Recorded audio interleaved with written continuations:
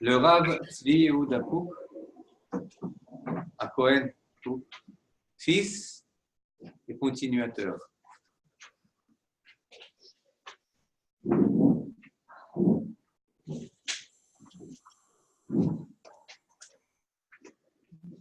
Au jour de son décès,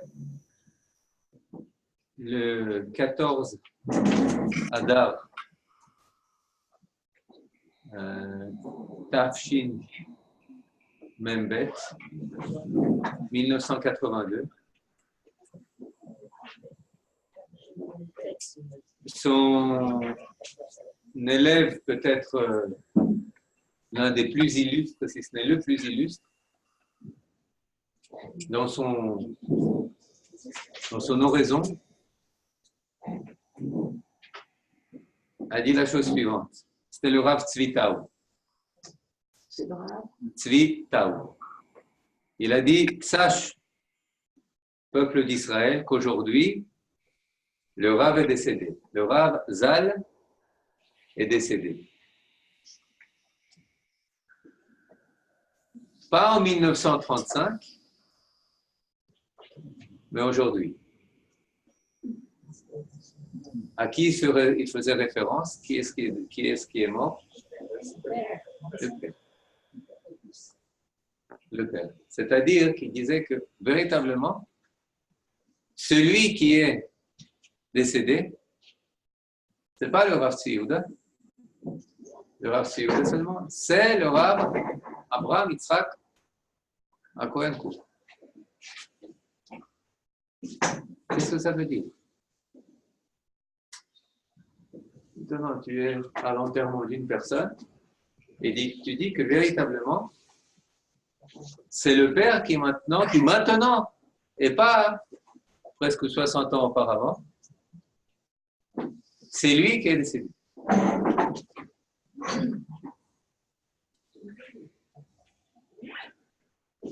Ça nous aide à comprendre que quand on dit fils, c'est pas seulement en termes de généalogie ou biologique, mais c'est véritablement la continuation presque sans intervalle de la Torah du Père, du message du Père, de la vision du Père, de l'idée de la pensée du Père, mise en œuvre dans la réalité israélienne.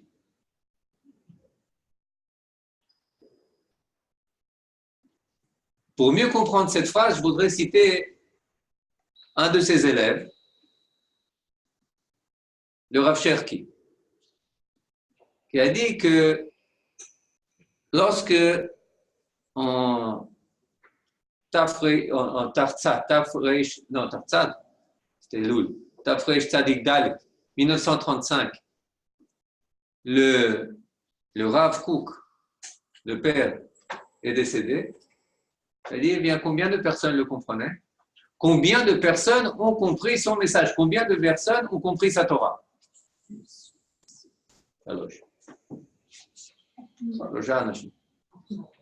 3 personnes ont compris sa Torah.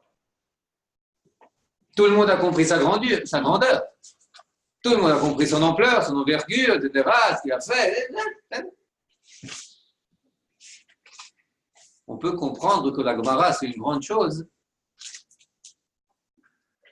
sans savoir véritablement faire la différence entre Rava et Abaye. On peut savoir qu'une personne est une très très grande autorité sans percevoir véritablement les nuances de ses décisions. Et c'est ainsi que quand le Rav Kook quitte ce monde, il y a 3 personnes qui le comprennent. C'est le Rav Nazir, c'est le Rav Harlap, et c'est son fils. Zéou. Ces livres viennent à peine de commencer à être édités. Il y a des places libres.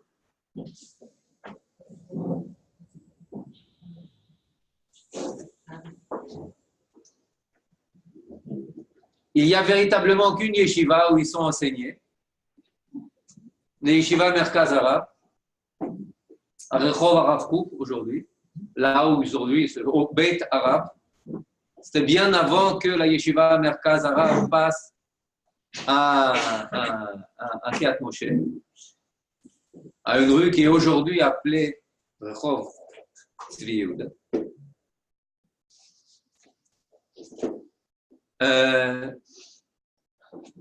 Dans les autres yeshivot, il n'y a pas de livre Orot, il n'y a pas de livre Orot Tshuva, il n'y a pas de Igrot, il n'y a pas ces livres. C'est-à-dire que quand le Rav s'éteint, sa Torah s'éteint presque avec lui, au niveau national.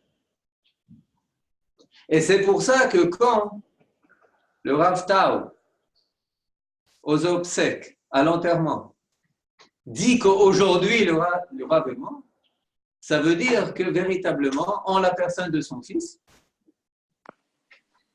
il a eu un continuateur qui n'a pas seulement continué, mais qui a surtout diffusé, qui en a fait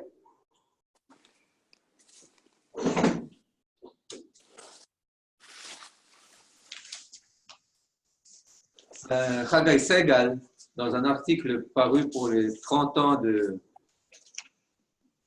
la mort de Rav Tzvi Yehuda, a écrit un article sur lui, un très long article sur lui, où il cite le journal Haaretz de 1975. Qu'est-ce qu'il écrit sur le Rav Tzvi Yehuda? Pour comprendre.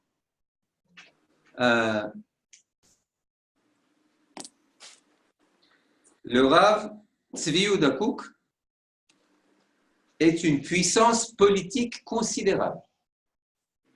Koach politi adir. Leader incontesté, l'homme qui a eu le plus d'impact sur l'idéologie de la Eretz Israël Hashlema. C'est-à-dire l'étendard de Eretz Israël dans son entièreté, celui qui le porte, celui qui l'incarne, celui qui le traduit pour tout un chacun, c'est le Rav Tzvi Yehuda Kook. Je vais peut-être pour un peu mâcher ce que j'ai dit en termes très simples, je vais dire, s'il n'y a pas aujourd'hui d'État palestinien, s'il y a aujourd'hui plus d'un demi-million de Juifs en Judée et Samarie, si la Syrie n'est pas sur les hauteurs du Golan, c'est grâce au mouvement, c'est grâce aux élèves, c'est grâce au message dont la source est le Rav Tzvi Yehuda Kook. Gush Emunim, Hebron, Elon Moreh, Keshet, Ramat HaGolan, Gush Katif. L'inspiration, Kfar Etzion, Gush Etzion, l'inspiration venait de la Yeshiva Merkaz Arav. Le grand mouvement de lutte pour la Aliyah des Juifs d'Union soviétique, le mouvement Shomer Achi Anochi, je suis le gardien de mon frère, lancé 76-77, c'est la Yeshiva Merkaz Arav. Avital Sharansky, qui sillonne toutes les capitales, qui rencontre tous les grands de ce monde, a commencé par Reagan et a terminé par Mitterrand, a terminé au propre comité d'élèves. Son quartier général, c'est les élèves et le Rav Tzvi Yehuda. Et leur quartier général, c'est Rechov Ovadia Shloshim, au quartier, en 2 pièces, au quartier Géoula, à Jérusalem, où il continue à vivre depuis le décès de son épouse, sa seule et unique épouse, en 1943, si je me trompe, 42 ou 43. Et il continue de vivre là-bas avec les mêmes meubles, sauf les livres. Et sa famille, c'est ses amis. C'est-à-dire, véritablement, les 2 grands mouvements qui ont bouleversé tant Israël que le monde, la source, elle est dans un 2 pièces, 30 de la rue Ovadia.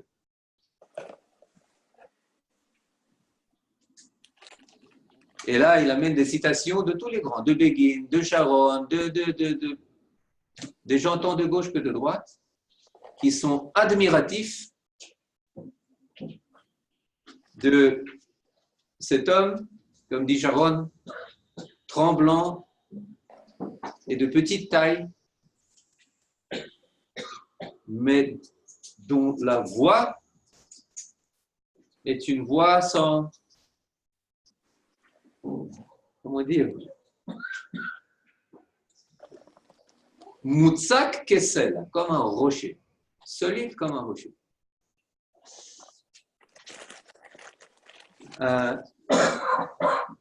Lorsqu'on ouvre la liste de tous ces étudiants, de tous ces élèves, dont j'imagine le plus connu ici, c'est Manitou.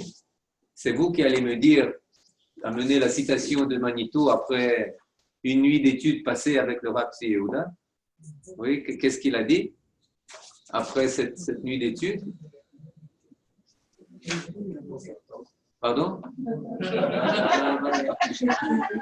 a dit, je suis devenu un autre homme. Oui, si je ne me trompe pas, je suis devenu un autre homme. Ibré Anochi. Maintenant, je vais juste jeter les noms et vous, déjà, par force d'association, vous allez voir qui, quoi, où. Le Rav Wiener, le Rav Cherki, le Rav Zuckerman,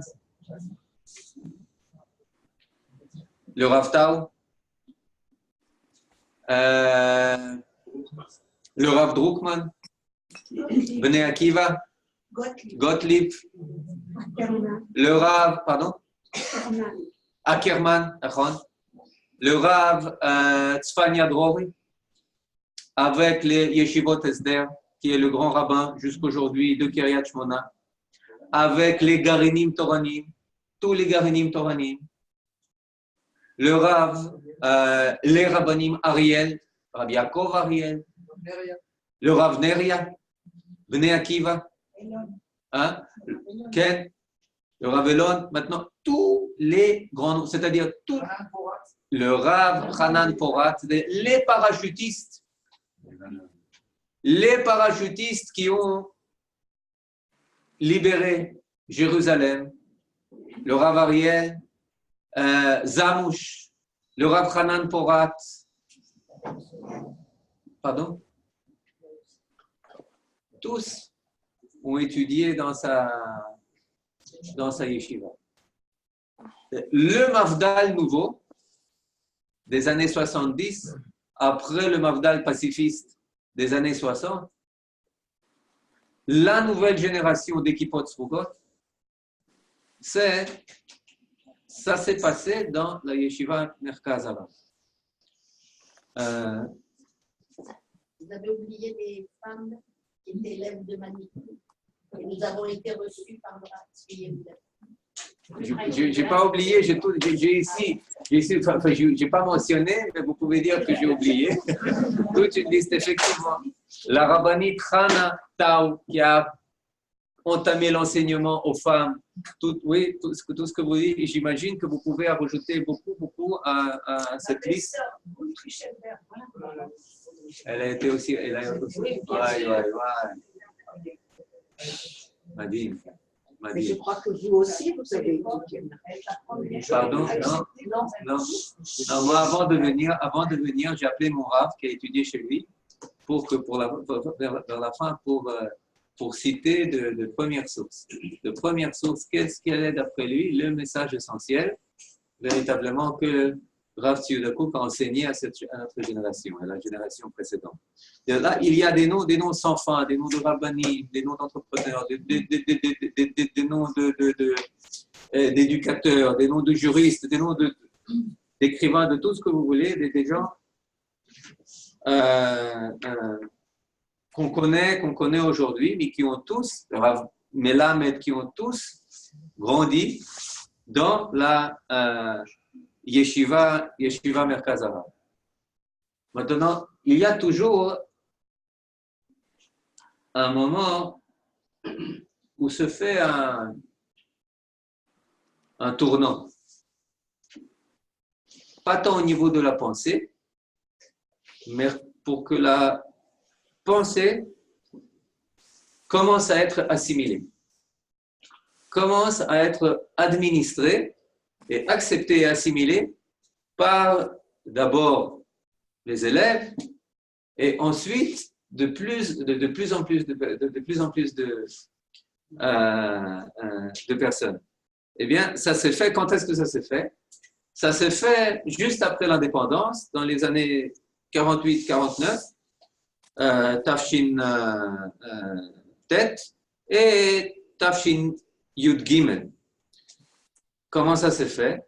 Eh bien, tous les étudiants des yeshivot Bnei Akiva, des yeshivot du Rav Neria, yeshiva tout d'abord du Kfar Aroé, Rav Abraham Cohen Cook, oui, Kfar Aroé, eh bien, le Rav Neria a dit, écoutez maintenant, avant de commencer la vie, etc., vous faites une année, au minimum, dans la yeshiva Merkaz Harav. Dans la yeshiva Merkaz Harav. C'est-à-dire que cette yeshiva est devenue pratiquement le point de passage obligatoire de tous les Bnei Hatzionut Hadatit, de tous les futurs leaders. C'est-à-dire, c'est une yeshiva qui finalement, une génération après avoir été fondée par le père, a commencé à assumer sa vocation. Quelle était sa vocation? Sa vocation était de former les leaders spirituels du peuple juif dans son entièreté. Pas seulement de telle ou telle communauté, Kloïs ou Shtibla, mais du peuple dans son entièreté. Par les canaux que ce peuple présente, que ce peuple a, que ce soit la Knesset, que ce soit l'armée, que ce soit les villes de peuplement, les localités juives, les écoles, les yeshivot, les centres d'études, les ulpanot, etc. Eh bien, cette yeshiva, elle doit former le corps professoral de tous ces maillons de la chaîne éducative du peuple juif, dans son état. C'est à ce moment-là que véritablement la révolution commence à bourgeonner.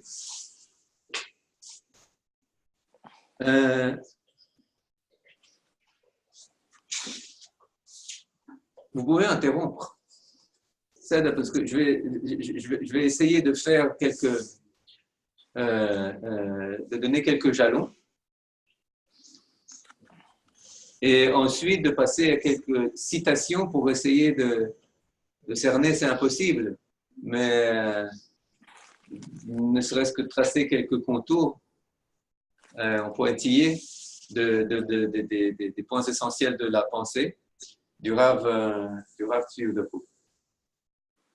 Mais peut-être avant cela, hein, je vais donner quelques points sur sa vie personnelle avant qu'il soit devenu ce qui est devenu le fils et le continuateur. Il est né en 1891, c'est-à-dire encore en Russie, là-bas, encore à l'époque, son père était rabbin, je crois, de Bauskas, si je ne me trompe pas. Il fait son alia avec son père, naturellement, à l'âge de 13 ans, en 1904. Tafresh Ain Dalet. Il étudie d'abord dans la yeshiva à Yafo, c'est là-bas qu'ils habitent, c'est là-bas que son père sert de grand rabbin de Yafo et des nouvelles localités, des Moshavot. Et ensuite, il étudie chez le Rav Epstein dans la yeshiva, la première yeshiva véritablement de Jérusalem, Torah Traim Aklalit. C'est là-bas qu'il est ordonné comme rabbin, qu'il reçoit sa smicha. Et ensuite, il a un parcours intéressant. Il part en Europe avant le déclenchement de la Première Guerre mondiale. Il part en Allemagne pour étudier la philosophie, pour étudier la pensée mondiale. Il dit, je suis un grand connaisseur, un grand amoureux de la culture française et allemande. Il parle français. Il parle français couramment. Il parle allemand couramment. Il parle anglais couramment. Il parle russe. Il parle toutes les langues. Et pendant 2 ans, d'abord en Allemagne, ensuite en Suisse, où il est avec son père. Quand son père part en 1914, en août 1914, pour une réunion de Agudat Israël, il est pris par la Première Guerre mondiale et ils sont coincés d'abord en Allemagne, ils sont expulsés d'Allemagne parce qu'ils sont citoyens ennemis, ils sont citoyens russes, trouvent refuge en Suisse, près de Saint-Gall. Ok. Hein? Quoi chez Bulgarien? Oui. Attends. Naftali Stern. Mais je sais qu'il était aussi chez la famille Kimchi. À côté de l'autre. Parce que le Rav Kimchi, c'est qui est le petit-fils du Kimchi qui a connu le Rav Kook, qui vient, il est rabbin à Orot Yehuda, à Efrat. Son fils est en train de développer la colline de Oswegaon. Pardon? Pour ça, c'est pour les connaisseurs près de Efrat, Oswegaon, ça c'est bon. Enfin bon. Et il passe, je crois, environ 2 ans avec son père. Et il a dit, on a eu le temps de finir la Torah 2 fois. C'est-à-dire quand ils disent la Torah, c'est tout le chasse, tous les poskim, etc., etc. Et ensuite, son père part à Londres. Lui aussi, à un certain moment, le rejoint à Londres. Il étudie à l'université, on continue à étudier la philosophie à l'université à Londres, sans pour autant accepter, alors que bien entendu c'est un étudiant émérite, etc., sans accepter aucun titre, bien entendu aucune proposition d'enseigner, bien que ce serait, imaginez, le Rav Tzvi de Kook, enseignant en philosophie à l'université de Londres. Mais il n'est pas prêt à accepter aucun titre universitaire, que ce soit licence, master, doctorat, etc. Non. Étudier, connaître, apprendre, oui. En faire un titre? Non. Ensuite, il rentre en Eretz Israël, ensuite il repart en Pologne, en Allemagne, comme émissaire de son père pour essayer pour fonder un mouvement religieux orthodoxe sioniste. Pourquoi? Parce qu'à l'époque, déjà, une très grande partie du monde orthodoxe ne voit pas forcément d'un très bon œil le mouvement sioniste. Et c'est en partie un euphémisme de la manière dont je l'ai formulé. Mais cela dit, bon, et le Rav fonde le mouvement de Degel Yerushalayim, c'est-à-dire qui doit être la composante ou la contrepartie orthodoxe religieuse du sionisme. Pas la contrepartie, mais le mouvement sioniste qui n'est pas laïque, qui tire sa source uniquement de la Torah. Mais faute de moyens organisationnels, logistiques, etc., ça ne décolle pas tellement, enfin, ça ne décolle pas trop. Et le rôle principal du Rav Tzvi de Kook, c'est rédacteur, éditeur des travaux de son père. Orot Teshuvah, Igrot, Shabbat Haaretz, Mishpat Kohen. Quelques livres sont édités par le Rav Nazir. Tous les autres livres sont édités, travaillés, reçoivent la bénédiction entière du Rav Avraham Yitzhak Cohen. C'est ce dont s'occupe, c'est l'essentiel, on pourrait dire, de l'activité du Rav Tzvi de Kook, en parallèle avec son enseignement, son travail d'enseignant à la Yeshiva Merkaz Harav, où il enseigne le Tanakh, il enseigne la Marshava, il enseigne la foi, il enseigne le Sefer HaKuzari. C'est l'essentiel de son travail aux côtés de son père.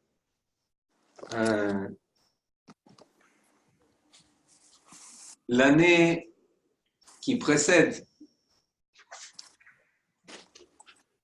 l'indépendance, eh bien, il la relate dans un très, très, très fameux discours, quasi prophétique, qu'il va prononcer au 19e jour d'indépendance de l'État d'Israël. Il donne un titre à ce discours, c'est le 19e psaume. Chaque année d'indépendance étant un psaume. Ce qui dit bien son attitude vis-à-vis de la souveraineté juive en Eretz Israël.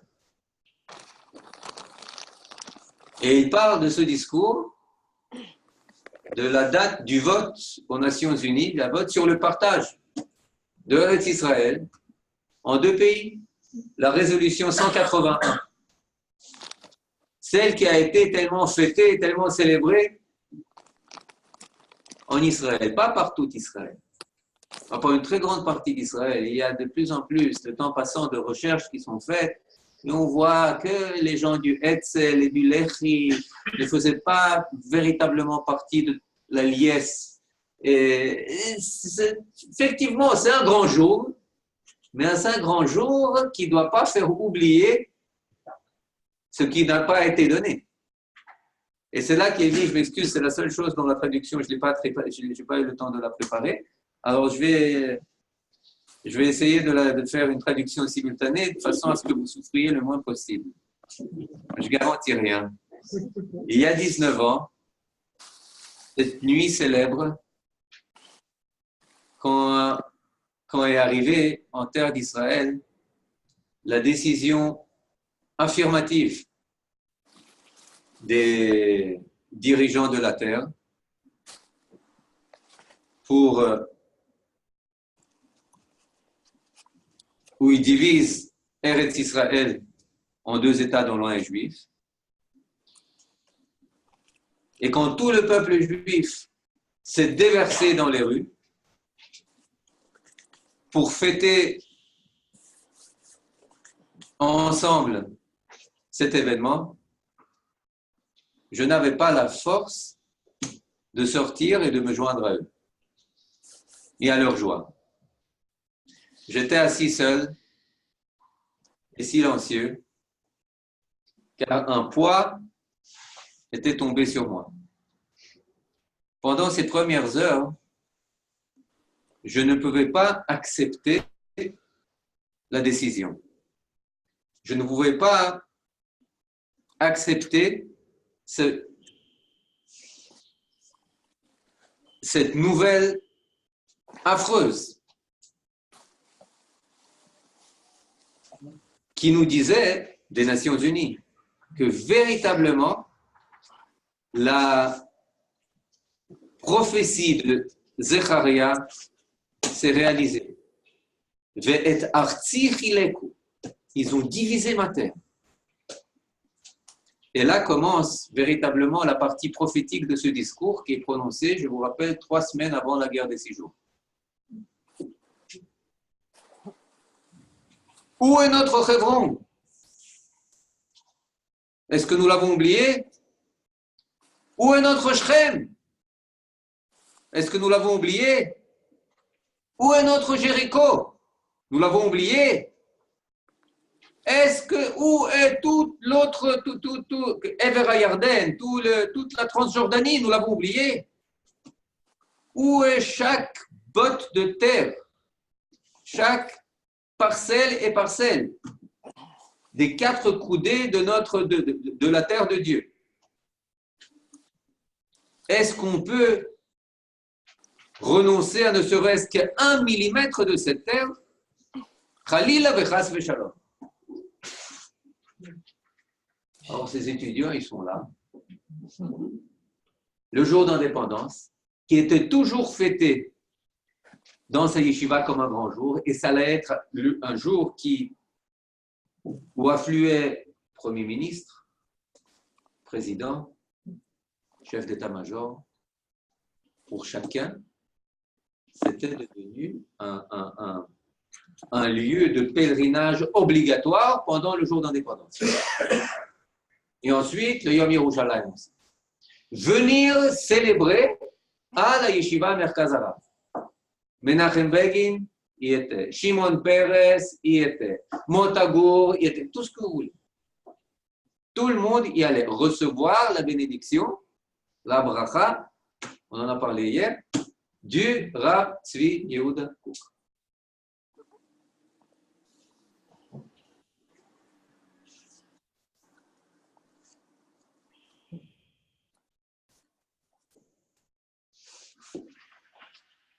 C'est intéressant, non? C'est impressionnant. C'est-à-dire, il y avait quelques prophètes à cette époque. Et il y avait Naomi Shemer, Yerushalayim Shel Zahav. Non, c'était le même jour. C'était le même jour. Yerushalayim Shel Zahav a été pour la première fois chanté le jour d'indépendance au Binyanei Haouma à Jérusalem. Comme chanson, c'était dans un concours, mais elle ne faisait pas partie du concours, elle faisait l'intervalle entre les chansons qui faisaient partie participaient au concours de la chanson, et finalement, c'est la seule chanson qui a été retenue. On lui a demandé ensuite de la répéter, mais on voit que Imlon Nevim, Bnei Nevim. Imlon Nevim, Bnei Nevim. Il y a encore une autre histoire que j'ai entendue d'un guide, ami, qui est fin connaisseur, mais que j'ai entendu nulle part ailleurs, qui dit que le Rav Kook était préoccupé, très préoccupé au début de ce qu'on appelle de la période d'attente, Trufata Amtana, après le jour d'indépendance et jusqu'au début de la guerre des 6 jours. Pourquoi? Parce que les Égyptiens sont entrés sur la péninsule du Sinaï, ils ont fermé le détroit de Tiran, etc., etc. Et les Syriens au nord, il était préoccupé, il ne comprenait pas quel est le sens divin de cette tension. Jusqu'à quand? Jusqu'au 1er juin. Qu'est-ce qui s'est passé le 1er juin? Le 1er juin, c'est le roi de Jordanie qui est entré dans la coalition arabe contre Israël avec l'Égypte et avec la Syrie. Et alors là, ces étudiants, ces élèves, les étudiants du Rav Kook, de dire, là, on a vu, le Rav Tzioud à dire quelque chose comme Achshav Evan. Le discours a été prononcé à la Yeshiva Merkaz Arav. Et le 1er juin, il a dit, quand le roi de Jordanie est entré dans la coalition arabe, il a dit Achshav Evan. Peut-être que c'était dans le. Maintenant j'ai compris. Qu'est-ce que j'ai compris maintenant? Maintenant je comprends, les plans divins sont éclaircis. Sont éclaircis parce que doit-on prendre des Égyptiens et des Syriens? C'est important, mais quand même c'est secondaire. C'est secondaire. Avec les Jordaniens, on a encore un compte ouvert il y a 19 ans qu'on doit fermer maintenant. Toute la partie biblique, tout le cœur biblique de Eretz Israël, c'est aux mains des Jordaniens. Tous ceux dont j'ai parlé il y a quelques jours à la Yeshiva Merkaz Arav, c'est aux mains des Jordaniens. Hebron, Jéricho, Shrem, Jérusalem, Ever HaYarden, c'est tout aux mains des Jordaniens. Alors là, tout d'un coup, le tableau s'éclaircit.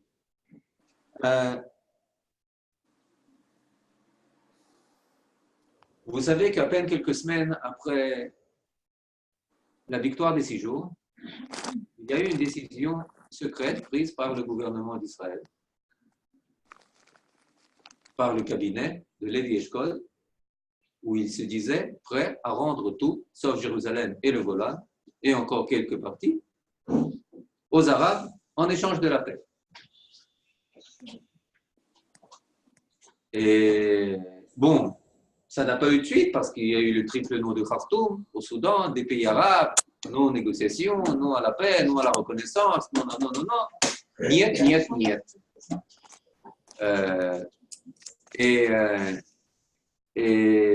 Mais le Rav a très bien senti que on était un peu perdu quant à quoi faire des terres libérées.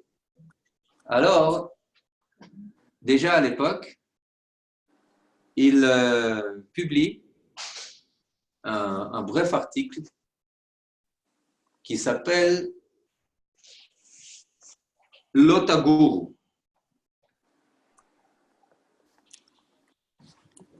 Lotaguru, ne craignez point. Ne craignez point Lotaguru. La gour, pas habité, pas habité, mais craindre, avoir peur. Où il dit, c'est tout l'article, c'est tout l'appel, c'est ça, une demi-page. Une demi-page qui est collée sur les murs comme une affiche, etc. C'est pas difficile à lire ni à comprendre.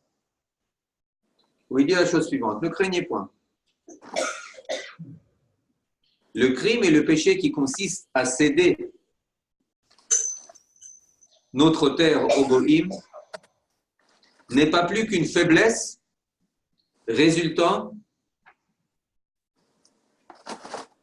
d'un manque de compréhension et de foi. Maintenant, ce qui manque, ce n'est pas la terre. Ce qui manque, c'est la da'at. Comme disait le père dans le fameux article sur la génération, il dit quel est le problème de notre génération? Il n'est pas dans le cœur. Le cœur, il est bon. Il est plein de bonté. Il n'est pas dans le corps. Il est fort. Il est musclé. Où est le problème? In der Kopf. Le problème, c'est dans Haïdische Kopf. Le problème, il est dans la tête. Il est dans la compréhension. Il y a une salade là. Il y a un deissa. C'est ça qu'il faut retaper. C'est sur cela qu'il faut travailler. Et de la manière la plus claire possible. Et il continue. Il n'y a aucune manière d'autoriser quelque infraction que ce soit à l'interdiction de la Torah de céder 1 centimètre de notre terre au Goïm. Aucune, shum tzad shel heiter. Quelle que soit la manière de vous ne pouvez pas céder. Shum davar.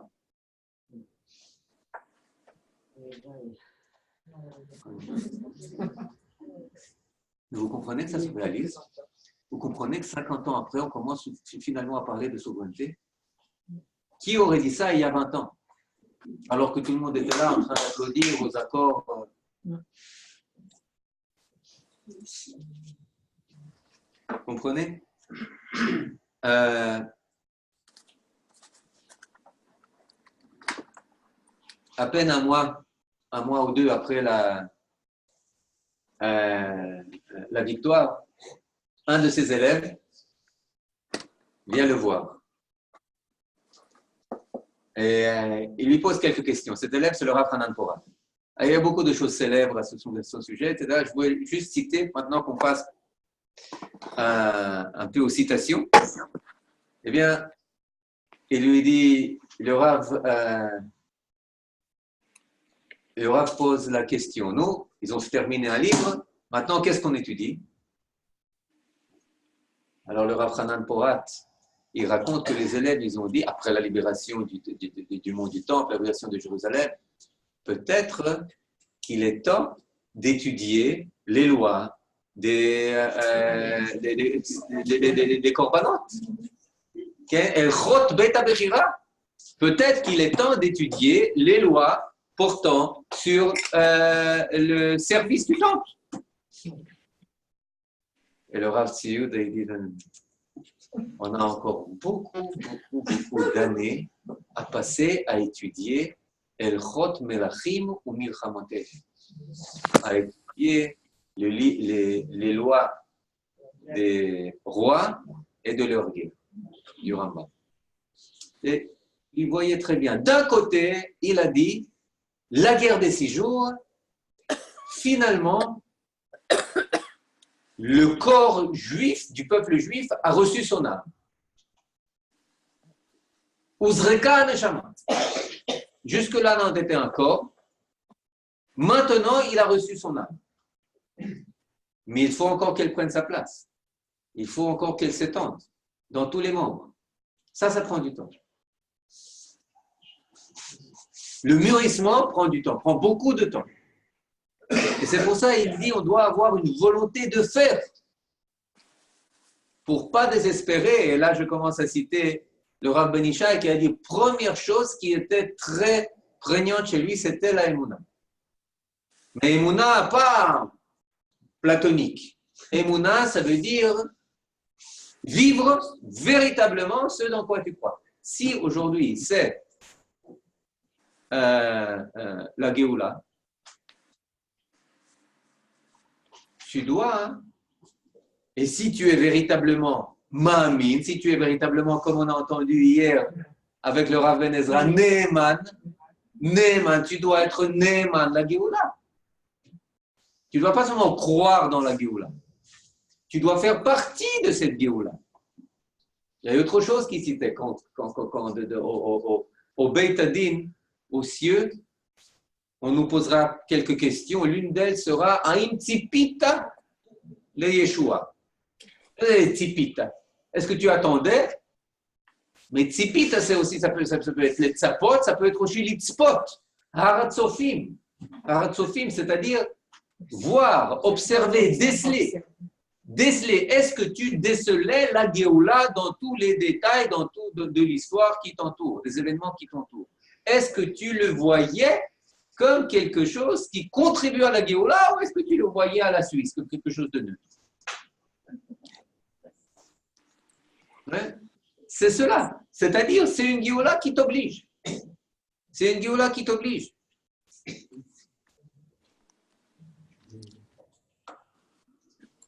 Et donc, malgré la difficulté, c'est une Géoula qui t'oblige. Et il y a beaucoup de difficultés qui nous attendent. Et c'est pour ça qu'on a encore beaucoup de temps à passer à prendre les Elchot, Melachim ou Milchamatim. Deuxième question, bon, c'était pas en parallèle. Deuxième question. Gush Etzion. Gush Etzion, arabe. A eu à poser deux questions. La deuxième, c'était Aïm Ze Mitzvah, est-ce que c'est un commandement qui peut être mieux fait que toi par une autre personne, pour que toi, tu puisses continuer à étudier la Torah à la yeshiva? Est-ce que quelqu'un connaît mieux Gush Etzion et plus épris de Gush Etzion que toi, Hanan Porat, qui est né? La réponse était évidente. Le premier Yishuv fondé en Judée après la libération de la guerre des 6 jours, c'était Kfar Etzion. Par qui? Kfar Etzion. En septembre 67. Septembre 67. Il vient de fêter 50 ans. Vous comprenez? Septembre 67, c'est-à-dire à peine quoi? 2 mois. Juin, juillet, août, 3 mois. Après la libération. Avec quoi? Avec la bénédiction du Rav Tzvi.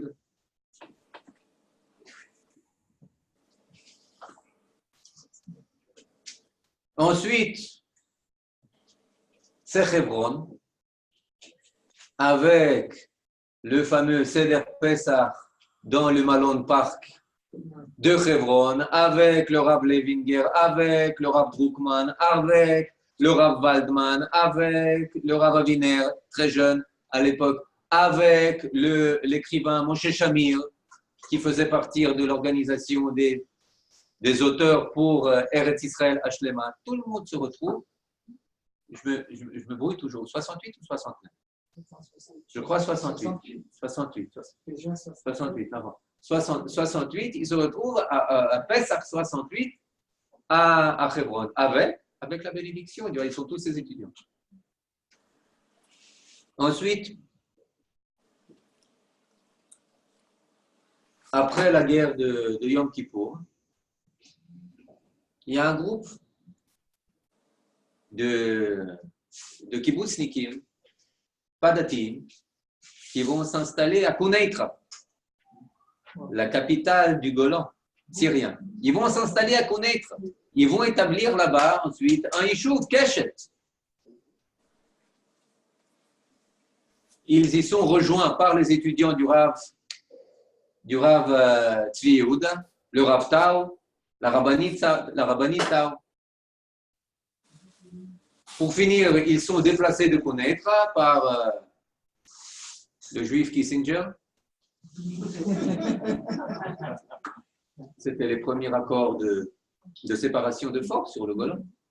On leur a cédé Kuneitra. On était à Kuneitra. On avait notre ligne, la ligne de démarcation, elle était beaucoup plus à l'est. On aurait pu imaginer combien de Syriens auraient eu aujourd'hui la vie sauve si on était resté à Kuneitra.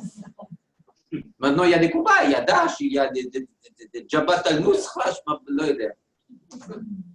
vous comprenez?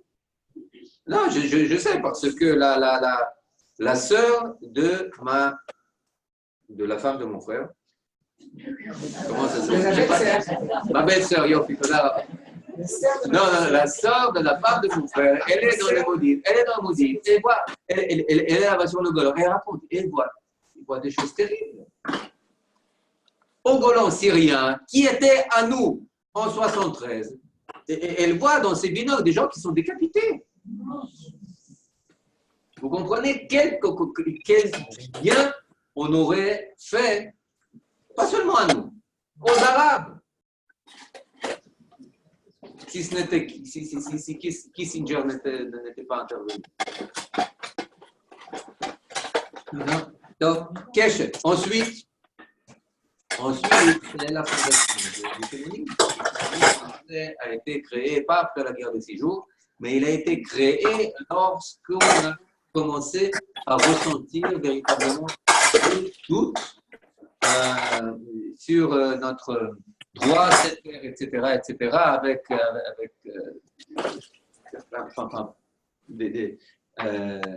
la presse et certains auteurs et autres, universités, etc., qui commençaient à protester notre présence là-bas, et c'est-à-dire pour redonner de l'énergie, pour réenvigorer l'esprit national, eh bien, a été fondé Gush Emonim, qui était, dont le noyau, c'était qui? C'était tous des étudiants du Rav Tzioud. Le Rav Félix, le Rav Hanan Porat, le Rav Levinger, etc., etc. Qui avaient deux buts. Le but, ce n'était pas seulement de peupler la Judée et la Samarie. Le Gush Emonim, il était fondé pour peupler essentiellement la Samarie, qui à l'époque était vide. Judée était déjà commencé à être peuplée avec Hebron, avec Yatar, c'est un peu plus tard, enfin bon, Gush Etzion, etc. Mais la Samarie, c'était vide. La Samarie, jusqu'en 75, c'était vide. Et c'est seulement avec Elon Moreh, les 7 ou 8 aliyot qui ont découlé en Elon Moreh, qu'on a commencé à peupler aussi la Samarie. Mais cela dit, c'était seulement un but, un des deux buts. Le second but, c'était l'éveil de la volonté cachée du peuple. Véritablement, le peuple voulait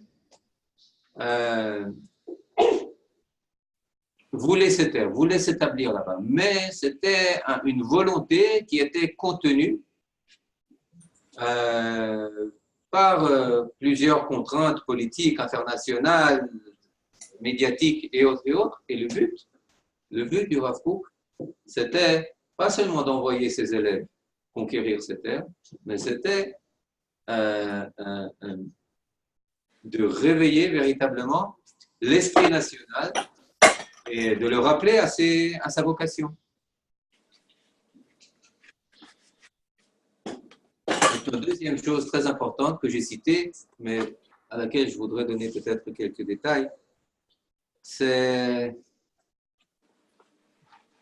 la deuxième partie des années 70. Beaucoup de juifs réfusniques se font arrêter en Union soviétique et l'un d'eux, c'est Sharansky, dont la femme est déjà en Israël. Et la nuit où il se fait arrêter, la même nuit, ils vont voir, les étudiants vont voir le Rav Tzioud Akouk, la nuit, à 2 heures du matin. Ils frappent à la porte et ils le trouvent déjà réveillé, déjà assis avec son pyjama, comme s'il les attendait, et tout d'un coup, il crie, il hurle. Acheinu chez le Roussia de Sakana. Nos frères en Russie sont en danger. Nos frères en Russie sont en danger. Alors, que faire? Sortir dans la rue? Fermer la Gemara? Si tu n'as pas compris que maintenant c'est le temps de sortir dans les rues et fermer la Gemara, pourquoi tu l'as ouverte? Ça veut dire que tu n'as rien compris. Maintenant, il est temps de sortir, manifester, hurler. Il est temps d'appeler au secours parce que nos frères sont en danger.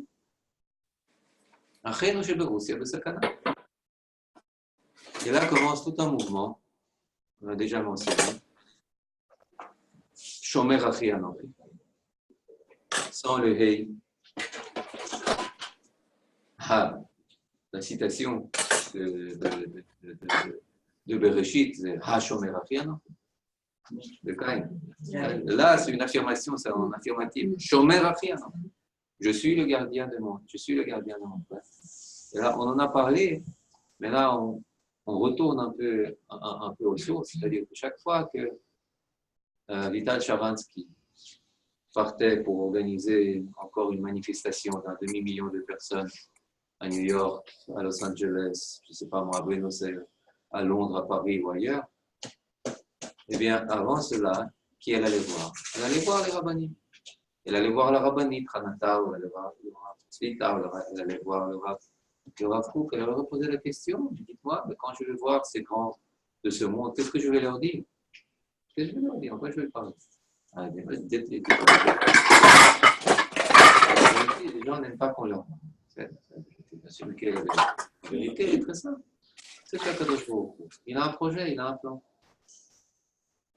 Et quel est ce plan? Aujourd'hui, ce plan, c'est de rassembler ses exilés, de rassembler ses enfants.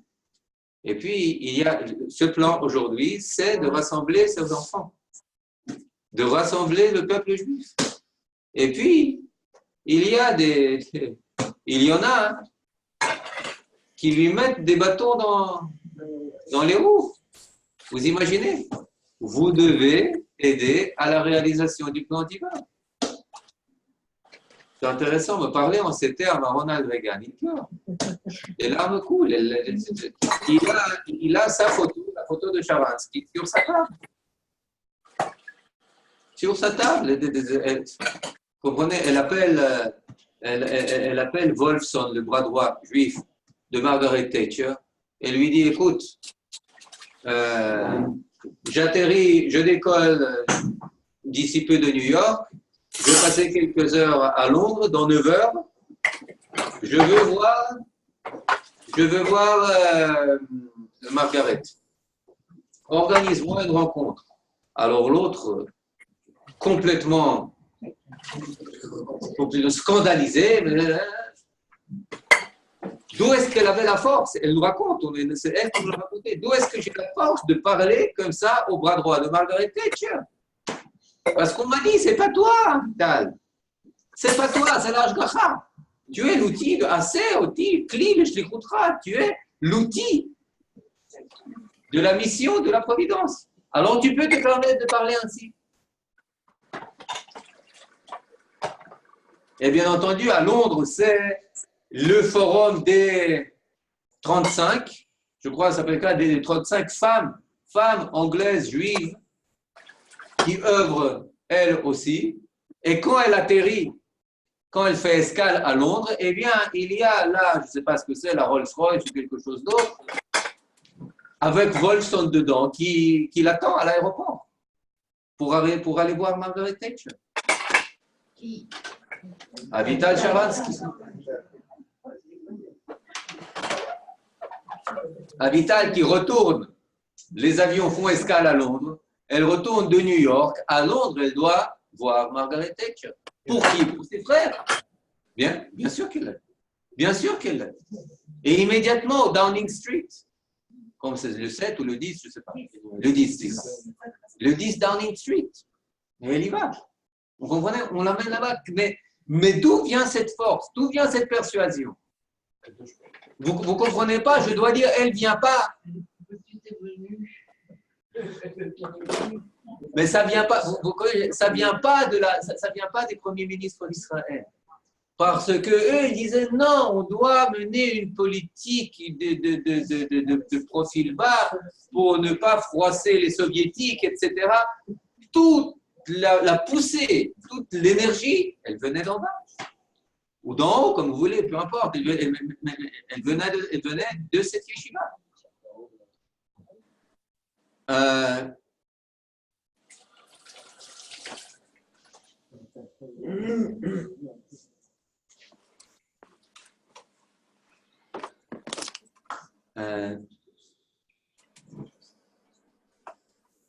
Maintenant, je voudrais peut-être essayer de voir quelques citations pour comprendre comment agir dans cette réalité pas si simple, avec d'un côté beaucoup d'amour, mais avec d'un autre côté beaucoup de fermeté. Comment faire? Alors, une citation qu'on m'a dit, sur laquelle le Rav Tzvi revenait toujours. D'ailleurs, on pouvait rajouter, il y a des gens ici qui l'ont connu. Moi, j'avais 12 ans quand il nous a quittés. Je n'avais jamais entendu parler. Alors, s'il y a des gens ici qui peuvent raconter ça, je pense que ce sera très, très, très plus qu'intéressant. Mais peu importe. En attendant, il est comme ça. Quelques citations. Tout le monde connaît Eve mitalmidav shel Aaron HaKohen. Ohev Shalom, Rodev Shalom. Soit des élèves de Aaron, le Kohen, qui aiment la paix et poursuit la paix, aiment les créatures, Ohev et Abriot, et les approches de la Torah. Ou Mekarvan la Torah. Et là, il disait toujours, il n'est pas écrit Ohev et Abriot, Almenat le Karvan la Torah. Ohev et Abriot, les chutz, ou Mekarvan la Torah, les chutz. C'est-à-dire, aime les créatures. C'est-à-dire les plus simples, les juifs les plus simples, Briot. Ah, Ish, Talmid Chacham, etc. Briot. Ça, c'est une chose complètement indépendante, complètement pour soi. Et d'un autre côté, ou Mekarvan la Torah. Il ne les aime pas pour les approcher, pour les attirer à la Torah. Il les aime, chose en soi, et il les attire à la Torah, chose en soi. C'est-à-dire ne jamais faire de l'amour un moyen. L'amour, c'est... Pardon? Sans néguiote. Sans quoi? Néguiote. Néguiote? Tu peux avoir de néguiote. Oui. Oui. C'est-à-dire, c'est une... Sans condition. Exactement. C'est un objectif en soi. L'écarève attiré à la Torah, c'est un objectif en soi. L'un n'est pas la condition et le moyen de l'autre. Il y a une histoire qui est racontée que dans ce cadre, bien entendu, il allait voir beaucoup de des gens des kibbutzim, des gens qui n'étaient pas véritablement, n'adhéraient pas forcément à la Torah et à sa vision du monde. Et naturellement, il envoyait aussi ses étudiants, ses élèves en Galilée et ailleurs, voir les kibbutznikim, moshavnikim et d'autres. Et une fois, il a envoyé comme ça une délégation, etc. Et ils sont de retour. Ils disent, nous, alors qu'est-ce que vous dites? Alors ils disent, qu'est-ce qu'on dit? On aura parlé, on a essayé de les convaincre, de leur enseigner la valeur de la Torah, les mitzvot, les commandements, etc. Alors, et qu'est-ce que vous avez appris d'eux? Appris des kibbutznikim? Oui. Non, le don de soi pour la terre, l'amour de la terre, l'amour du peuple. Non, ça vous n'avez pas appris. Bon, retournez. Retournez, dites-leur maintenant qu'on voudrait apprendre de vous ce que vous avez à nous dire. Vous voyez, quand la yeshiva, la grande yeshiva, à Kiryat Moshe a été fondée, eh bien, l'un des représentants, il y avait là-bas le Nassi à Médina, Ben Gurion n'est pas venu. Mais le président est venu. Et le chef de la Knesset, le speaker, le porte-parole de la Knesset, Kadishai, non, pas Kadishai, Luz. Il s'appelait Luz. J'ai oublié son prénom. Non, ça c'est de Begin. Non, Luz. Il s'appelait Luz, enfin, je ne vais pas chercher son nom, ça va me prendre du temps, mais bon. Il a parlé là-bas, il venait du kibbutz des Gania. Il était originaire du kibbutz des Gania. Et c'est un kibbutz, et tout le mouvement des kibbutzim a contribué une somme d'argent pour la construction de la yeshiva. Pour la construction de la yeshiva, vous imaginez, ça ne va pas de soi. Pour la construction de la yeshiva centrale, Merkaz Harav, du Rav Tzvi.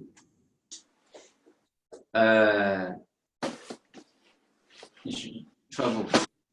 Moi-même, je me suis rendu compte quand j'ai fait, ça je l'ai raconté, je suis sûr, quand j'ai dû mener un séminaire, chez les enseignants du kibbutz Dgania. C'était il y a, je sais pas, il y a 20 ans peut-être, il y a 15 ans. On arrivait, alors bon, j'étais très suspect à leurs yeux parce qu'avec la kippa, et on le faisait en parallèle avec un docteur du séminaire à Kibbutzim. Alors elle est des nôtres, lui, c'est une 5e colonne, je ne sais pas qui c'est, enfin peu importe, jusqu'à quel moment. Alors bon, on étudiait, je crois que c'était sur Hanouka ou sur Purim, quelque chose, peu importe. On a donné des documents, etc. Et puis, bien entendu, il y avait beaucoup de commentaires du Rav Kook. Le Rav Kook, il est tout d'un coup, l'attitude a changé. Aujourd'hui, 100 ans après, enfin aujourd'hui, c'était l'an 2000 quelque chose, mais c'était impressionnant. J'ai vu sur le visage. C'est-à-dire qu'ils avaient encore la mémoire transmise par leur père, qu'ils l'ont reçue de leur grand-père, etc., des visites du Rav Kook, le père, et visiblement aussi le fils. Manien, Kibbutz gagne, le premier kibbutz.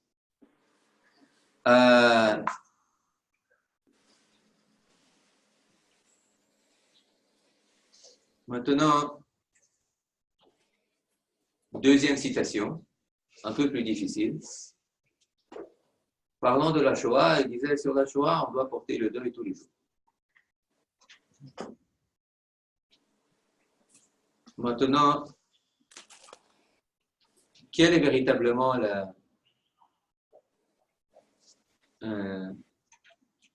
la perte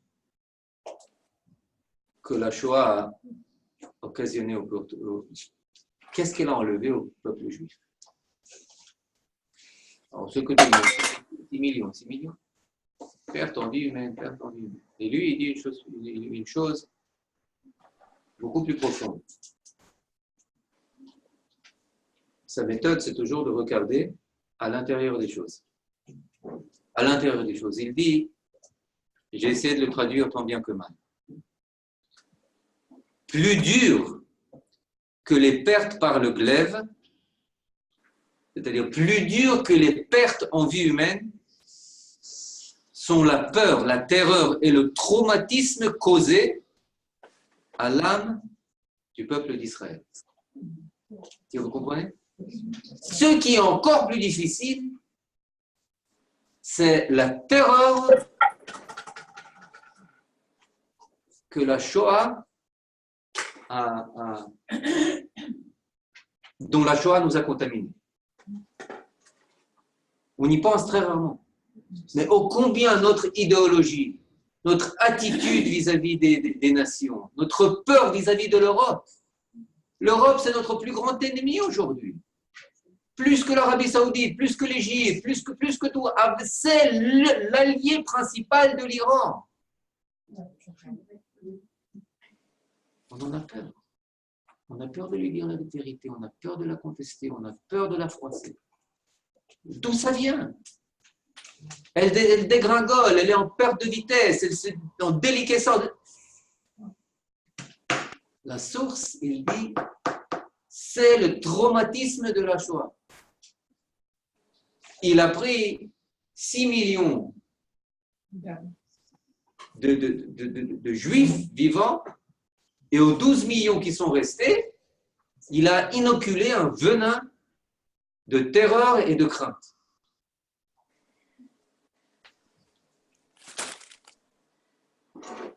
Et ça prend du temps de s'en sortir. Il y a un antiquaire. La réponse, c'est de faire le deuil. Qu'est-ce que ça veut dire faire le deuil?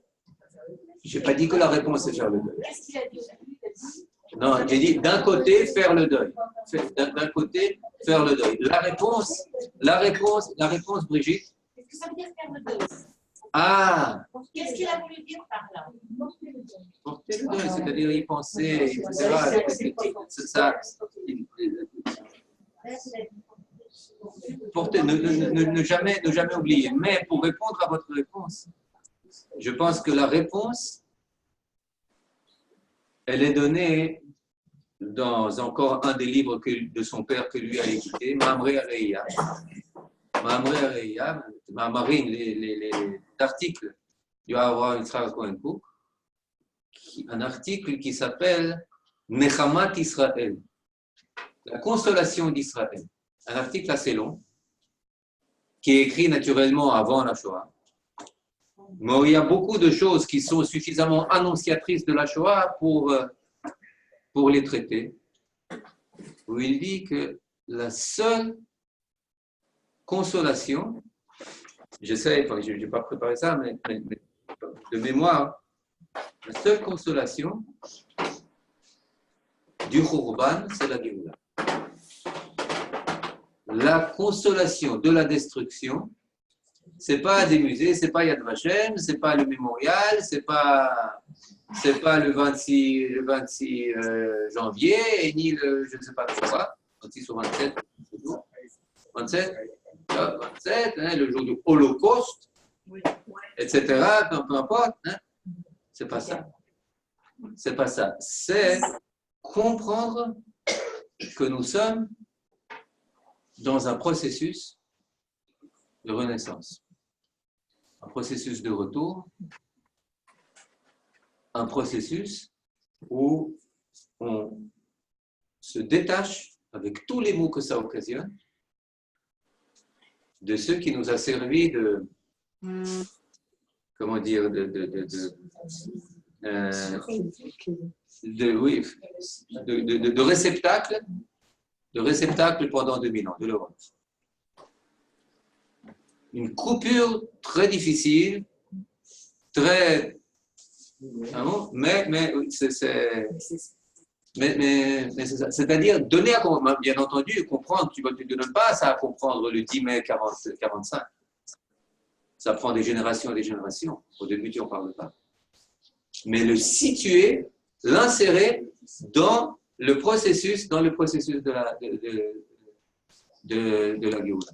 Quand on regarde les parachiotes qu'on lit aujourd'hui, en Égypte, avant le début de la sortie, eh bien, lisez André Neher, Moïse, il dit c'est Shoah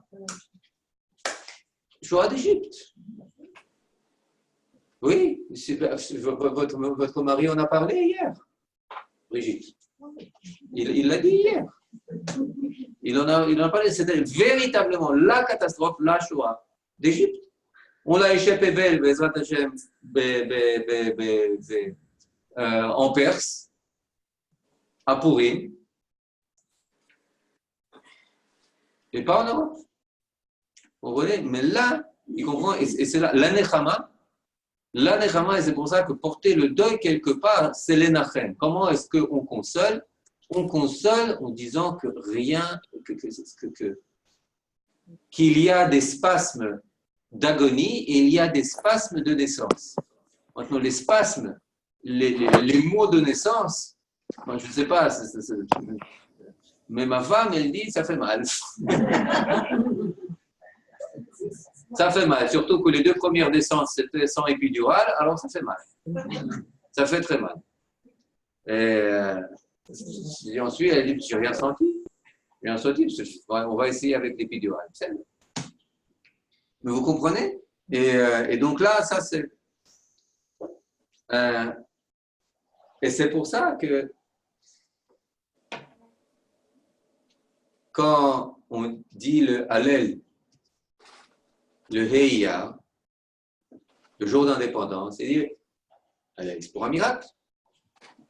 Quel était le miracle? Qu'on n'a pas été anéanti, qu'on n'a pas été zélé. Pour ne pas être anéanti, les Arabes nous ont dit ne déclarez pas l'indépendance. Il n'y aurait pas eu de miracle. Donc le miracle, il faut le chercher ailleurs. Quel est le miracle? Le miracle, c'est qu'on a eu le courage de déclarer l'indépendance. C'est ce que dit le Rav Tzudor. Le courage de déclarer l'indépendance, malgré que Yigal Yadin vient et dire que nos chances de survie, une fois l'indépendance déclarée, c'est 50-50, et notre représentant et le futur ministre des Affaires étrangères, Moshe Charet, qui vient dire à Ben Gurion, catastrophe, tout le monde est contre, on va être attaqué, il y a les boycotts sur les armements, etc. C'est fini, c'est fichu. Il faut faire marche arrière. Ben Gurion qui a fait passer le vote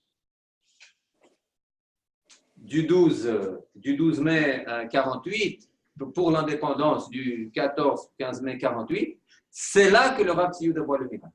qu'un peuple qui vient d'être anéanti à la Shoah, 3 ans après, n'ait pas peur d'affronter une fois de plus le monde entier pour déclarer son indépendance, c'est la lumière. Ce n'est pas un miracle avec des magiciens, etc. C'est un miracle psychologique, un miracle mental, un miracle national, le miracle du courage de la Hanaga, de la direction du peuple. Il y a deuxième chose très intéressante aussi à signaler. Quelle est son attitude vis-à-vis des Arabes? Quelle est l'attitude vis-à-vis des Arabes? On pourrait dire, Bouchemouni, conquête des terres, Iribonou, Kadosh Baruch Hu Itanu, on n'a peur de personne, etc. Je cite, il faut tout faire pour tempérer la haine. Il faut abolir la discrimination contre la minorité arabe. Il l'écrit en 65, quand c'est encore le régime militaire sur tous les Arabes de Galilée, du Triangle, etc. Mais de l'autre côté, il faut exiger des Arabes qu'ils reconnaissent que Eretz Israël appartient au peuple juif. C'est-à-dire, c'est très très clair, c'est très clair. Mais vous comprenez parce que ce sont des choses qui vont ensemble. Plus on est prêt à reconnaître leur souveraineté, plus on est forcé à se méfier d'eux. Plus on est forcé parce qu'on leur donne des espaces libres pour développer leur terrorisme, etc. Et plus chez nous, ça produit de la haine qui dit on veut se diviser, on veut se séparer, qu'eux ils soient là, qu'on ne les voit pas, que nous on soit ici. C'est-à-dire que moins on reconnaît notre souveraineté, moins on exige d'eux qu'ils reconnaissent notre souveraineté, plus il y a de haine et plus il y a de volonté de se séparer, etc. Maintenant, de notre côté, plus tu es, plus tu exiges la reconnaissance de tes droits, plus tu te rends, responsable de leur bien-être, du fait qu'ils se sentent bien, qu'ils aient aussi toutes les raisons, pas seulement idéologiques, mais pratiques, pour reconnaître ton bon droit sur cette terre.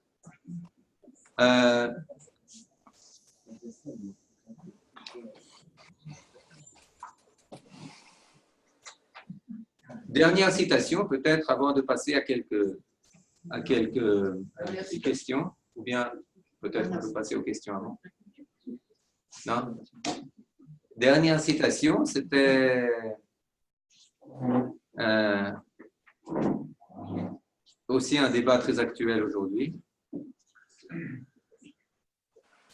Vous savez, il y a les Yeshivot Esder, et il y a aussi le Esder Merkaz. On appelle un Esder particulier, et pour les étudiants de la Yeshiva du Merkaz Arabe, la manière, le nombre de mois qui doivent servir, le temps qu'ils doivent servir à l'armée. Eh bien, quand ça a été conclu, dans les années 50, il a dit la chose suivante. 2 commandements se posent devant le jeune homme Torani. L'étude de la Torah dans toute sa richesse pour devenir un Talmid Chacham véritable, d'un côté, et l'obligation du service militaire pour défendre notre vie et notre État. Les étudiants de la Yeshiva sont prêts à accomplir ces 2 commandements, grâce auxquels le peuple d'Israël existe. Torah, Vetzava, Asaf, Vasaif. C'est aucun conflit, aucune discorde. Ce sont les deux principes.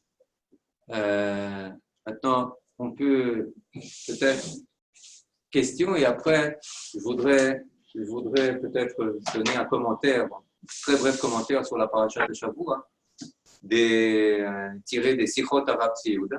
Sichot Arav Tzioud, ce sont des Sichot qui disaient chaque Motzei Shabbat sur la paracha de Shavua dans la Yeshiva qui a été mise écrit par le Rav Aviner et qu'on peut trouver. Je sais que Rabbi Menachem, on n'a pas réussi, on n'a pas en russe, mais voulez le traduire en français, l'éditer.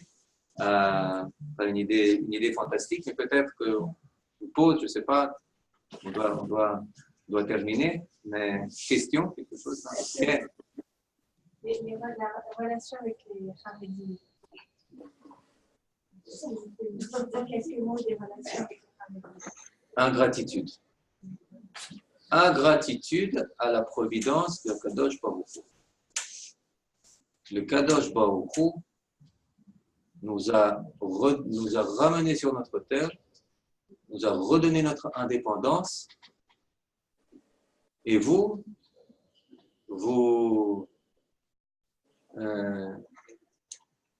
ne le reconnaissez pas. Vous ne reconnaissez pas que la réalisation des prophéties, c'est la main de Dieu. Chiyut Torah. Ingratitude. Ingratitude. Et la non-célébration de cela, Chilul Hashem. Chilul Hashem, désécration du nom divin. Que des gens qui se disent d'être de la Torah ne reconnaissent pas, sont ingrats de cette bonté de Akadosh Baruch Hu, Chiyut Torah. Maintenant, vous dites, il le dit dans le même discours prononcé le 19e psaume. Il dit, mais le Kadosh Baruch Hu, qu'est-ce qu'il nous promet à notre retour? On est presque à la veille de Tou Bishvat. Qu'est-ce qu'il nous dit? On tati al admatam, Banu Batim, Venatu Kramim, ils vont construire des maisons, ils vont semer, etc. Et il dit, où est-ce qu'il est dit qu'ils vont construire des yeshivot? Il reste qu'elle ne le dit pas. Il ne le dit pas, les yeshivot, ça va venir, mais plus tard. D'abord, c'est le corps qui prend forme. Un enfant naît par son corps. Rappelez-vous du débat entre Herzl et Hada'am. Par où ça commence? La pensée, elle est divine, mais chez nous, c'est d'abord le corps qui prend forme. Et ensuite, c'est les muscles. Et ensuite, c'est la conscience, c'est la pensée. Et ensuite, la doucha. Mais c'est par étapes. Vous ne pouvez pas inverser les rôles, inverser les priorités. Vous comprenez? Un temps après la guerre des 6 jours, c'est très intéressant, beaucoup d'étudiants et de rabbanim, des yeshivot charédiot, sont venus voir le Rav Tzviuda Kook et lui dire, par exemple, les rabbanim qui enseignent la Gemara au Machon Meir chez le Rav Dov Bigon, eh bien, ils ont étudié avant chez le Rav Shach. Des yeshivot litayot. Vous comprenez? C'est-à-dire il y a eu un mouvement, mais plus de quelques personnes que véritablement de... Mais là, oui, c'est-à-dire il était à la fois plein d'amour, plein de foi, mais avec une fermeté de fer. Ne pas céder 1 centimètre, 1 millimètre. Mais ne pas céder non plus sur la Kedusha et le caractère providentiel du mouvement sioniste et de la renaissance nationale juive. Ne pas céder. On est venu lui proposer de signer quelque chose contre la kfia, la coercition religieuse. Parce qu'on savait, il était contre la coercition. Il a dit non. Je ne suis pas d'accord. Lorsque vous me donnerez à signer quelque chose contre la coercition tout court, tant religieuse que anti-religieuse, on va voir. Mais en attendant, lorsque c'est seulement d'un côté, regardez comme c'est actuel, non. Vous comprenez? C'était une personne entière, Shalem, dans son amour, et dans sa vérité, sa véracité et sa vision. Et en cela, il était autant continuateur que fils. ton fils peut continuer à faire. Donc, je ne sais pas si on a le temps pour ça. Non, Mais par rapport aux gens d'extrême gauche, ceux qui nous délivrent, les juifs, les disciples de n'arrivent pas à essayer de leur faire entendre. Ça aussi, c'est un problème. Tout d'abord, il faut savoir qu'il y a eu beaucoup de contacts. Il y a beaucoup de contacts. Je ne sais pas, Amos Oz qui est venu parler à Ofra, pardon, il y avait beaucoup de contacts. Il y avait véritablement beaucoup de contacts, surtout qu'à la source, par exemple, en Rav Kook, c'était Yitzhak Taben qui le fondateur, le maître de Ardut Avoda, la composante principale de Mapai.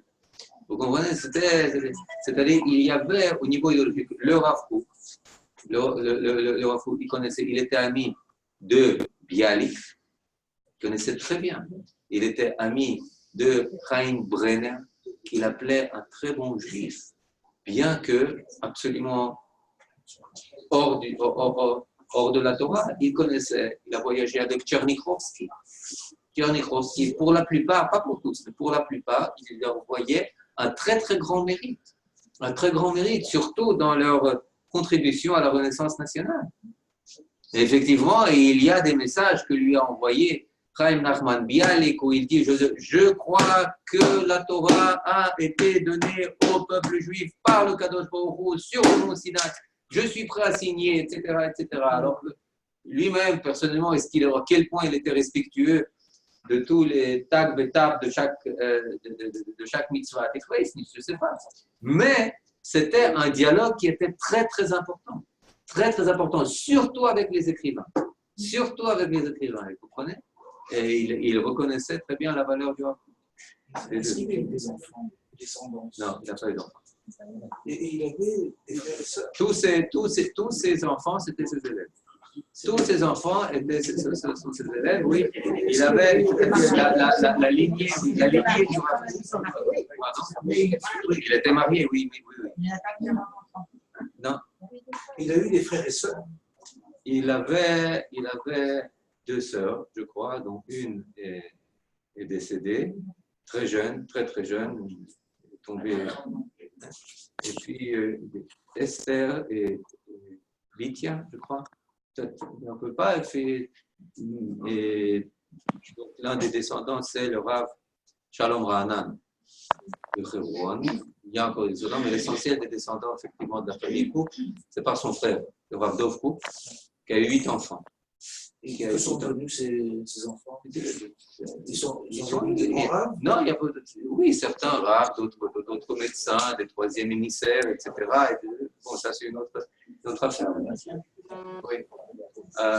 Et la scission actuelle? La scission actuelle entre Aramor et notre arabe? Non, je ne connais pas, je ne suis pas assez. Je suis pas dans la question, mais.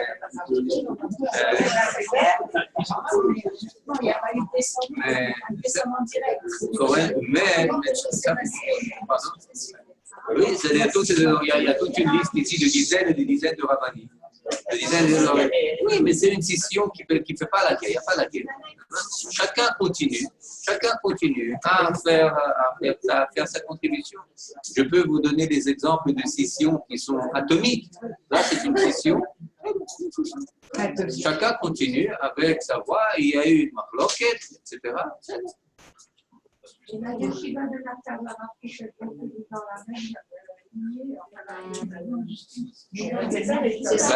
même si vous posez, ça c'est moi qui vous posez la question. Si vous posez la question à Rav Tzvi Tao, c'est véritablement le plus grand connaisseur de tous les ktavim, de tous les écrits du Rav Kook à ce jour. Le plus grand, évidemment, il a un empire, dans le bon sens du terme, éducatif, itiashvuti, etc., d'élèves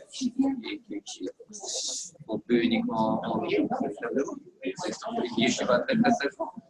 Yeshiva. Top, חברים, בעזרת השם, et tout Bishvat Sameach. Et Shavuot Tov. Hein? S'il vous plaît.